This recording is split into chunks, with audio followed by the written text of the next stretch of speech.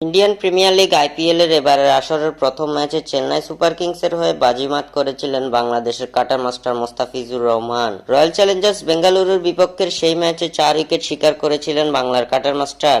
বেঙ্গালুরুর বাঘা বাঘা ব্যাটারদের কাটারের ঘূর্ণিতে ঘায়েল করেছিলেন ফিজের দারুণ পারফরম্যান্সে সেই ম্যাচে জয় পেয়েছিল চেন্নাই সুপার কিংস। এবার সেই রয়্যাল চ্যালেঞ্জার্স বেঙ্গালুরুর বিপক্ষে হেরে আইপিএল থেকে বিদায় নিল মুস্তাফিজের চেন্নাই সুপার কিংস। ফিজের অনুপস্থিতিতে আইপিএলে প্লে অফ নিশ্চিত করতে পারেনি চেন্নাই সুপার কিংস।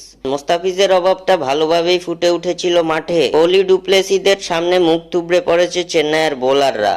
বাজে বোলিংয়ে এদিন বেধড়ক মার খেয়েছে ধোনির দলের বোলিং ইউনিট, যার ফলে 218 রানের বিশাল সংগ্রহ তোলে বেঙ্গালুরু। জবাবে এই রান তাড়া করতে নেমে 191 রানেই থামে চেন্নাইয়ের ইনিংস, যার ফলে 27 রানের জয় নিয়ে আইপিএল এর প্লে অফ নিশ্চিত করে বিরাট কোহলিরা। ম্যাচের পর মুস্তাফিজুর রহমানের জন্য আফসোস করেছেন চেন্নাই অধিনায়ক ঋতুরাজ গায়কোয়াড়। ধারাভাষ্যকার ড্যানি মরিসনের প্রশ্নের জবাবে দুইজন ফ্রন্টলাইন পেসারকে হারানোর জন্য দুঃখ প্রকাশ করেছেন ঋতুরাজ গায়কোয়াড়। চেন্নাই অধিনায়ক বলেন, আমরা টুর্নামেন্টটা শুরু করেছিলাম দুর্দান্তভাবে।